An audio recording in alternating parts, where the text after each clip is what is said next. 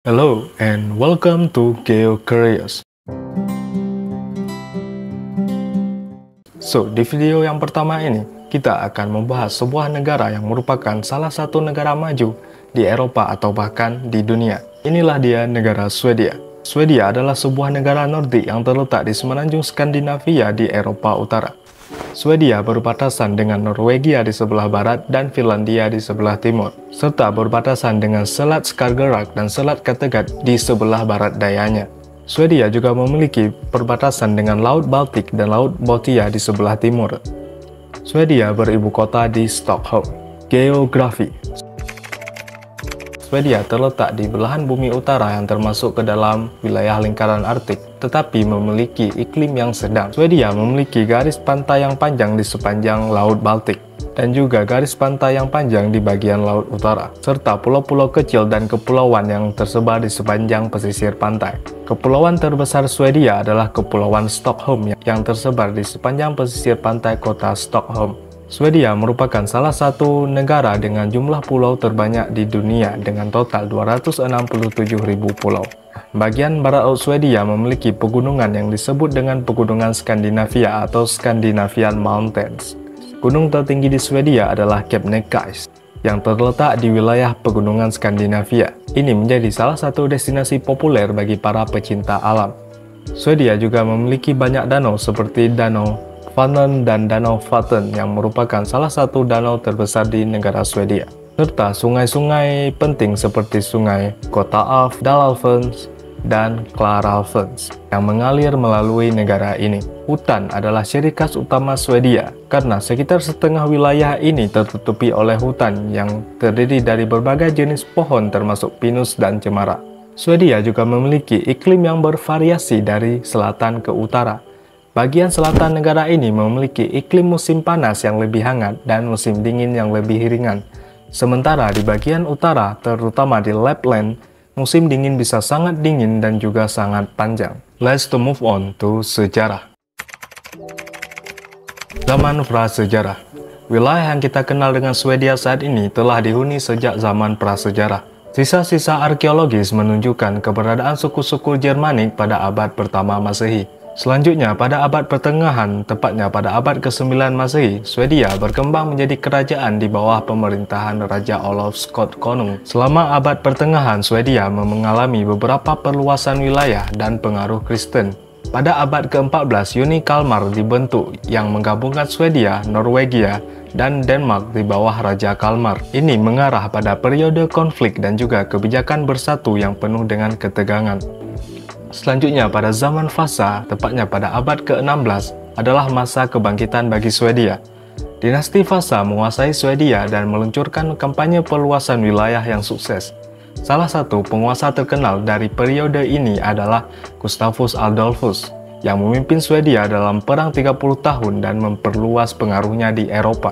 Setelah memasuki berbagai zaman yang penuh dengan konflik dan juga peperangan, Swedia memasuki zaman yang disebut dengan zaman perdamaian.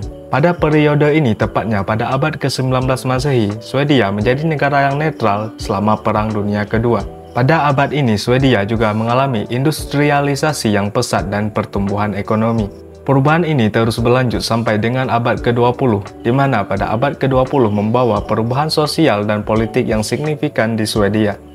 Negara ini mengembangkan sistem kesejahteraan yang kuat, pendidikan yang baik, dan peran yang aktif dalam politik internasional. Berbicara tentang politik, mari kita lanjut ke topik yang selanjutnya, yaitu politik. Swedia merupakan sebuah negara yang terbagi menjadi beberapa wilayah administratif. Di tingkat teratas, Swedia terbagi menjadi 12 county atau land dalam bahasa Swedia. Selain county, Swedia juga dibagi menjadi kota madya atau kommuner yang lebih kecil, dan ada sekitar 290 kota madya di seluruh Swedia. Swedia adalah sebuah negara monarki konstitusional dengan sistem pemerintahan parlementer. Ini berarti bahwa Raja atau Ratu Swedia adalah kepala negara, tetapi kekuasaannya bersifat simbolis dan dibatasi oleh undang-undang. Kekuasaan eksekutif yang sebenarnya dipegang oleh pemerintahan yang dipimpin oleh Perdana Menteri. Raja Swedia saat ini adalah Raja Carl yang ke-16, yang telah memerintah sejak tahun 1973. Next, demografi. Jumlah populasi Swedia menurut Worldmeter pada tahun 2023 adalah 10 juta jiwa. Kepadatan penduduk pada tahun 2023 di Swedia adalah 26 orang per kilometer persegi. Kota dengan jumlah penduduk terpadat adalah Stockholm dengan 1,5 juta penduduk. Mayoritas penduduk Swedia adalah etnis Swedia. Selain itu, terdapat beberapa etnis minoritas seperti etnis Finlandia yang cukup besar, dengan sekitar 2,38% dari total populasi. Selain itu, negara ini juga memiliki populasi minoritas etnis lainnya seperti orang Irak, Polandia, dan Iran. Menurut CIA World Factbook, 60,2% warga Swedia menganut agama Kristen, 8,5% mengidentifikasi sebagai penganut agama lain termasuk Katolik Roma, Ortodoks, serta Islam, termasuk agama lain seperti Yudaisme dan Buddha. Sementara 31,3% populasi lainnya tidak mengidentifikasi atau tidak beragama. Ekonomi Swedia adalah salah satu ekonomi terbesar di Eropa dan memiliki karakteristik yang khas yang mencakup berbagai sektor industri termasuk kebijakan sosial dan stabilitas makroekonomi. Berikut beberapa poin penting tentang perekonomian Swedia. Poin yang pertama, model kesejahteraan Swedia. Swedia dikenal dengan model kesejahteraan yang kuat. Ini mencakup sistem perawatan kesejahteraan yang universal, pendidikan gratis, cuti hamil yang besar, dan perlindungan sosial yang luas bagi warganya. Pemerintah Swedia berkomitmen untuk memastikan kesejahteraan warganya. Poin yang kedua, yaitu ekspor dan industri. Ekspor adalah salah satu pendorong utama ekonomi di Swedia. Negara ini terkenal dengan perusahaan multinasionalnya seperti Volvo, Ericsson, IKEA, dan banyak lagi. Industri otomotif, teknologi informasi, dan peralatan telekomunikasi adalah sektor ekspor utama. Poin yang keempat, sumber daya alam. Meskipun Swedia memiliki sumber daya alam yang sedikit, produksi mineral seperti besi, tembaga, dan timah merupakan sektor penting dalam ekonomi negara ini. Swedia juga memiliki hutan yang luas yang mendukung industri kayu dan pulp. Poin yang terakhir, industri inovasi. Swedia dikenal sebagai pusat inovasi dan riset di berbagai sektor, termasuk teknologi, ilmu hayat, dan energi terbarukan. Beberapa perusahaan teknologi Swedia yang terkenal seperti Spotify dan Skype.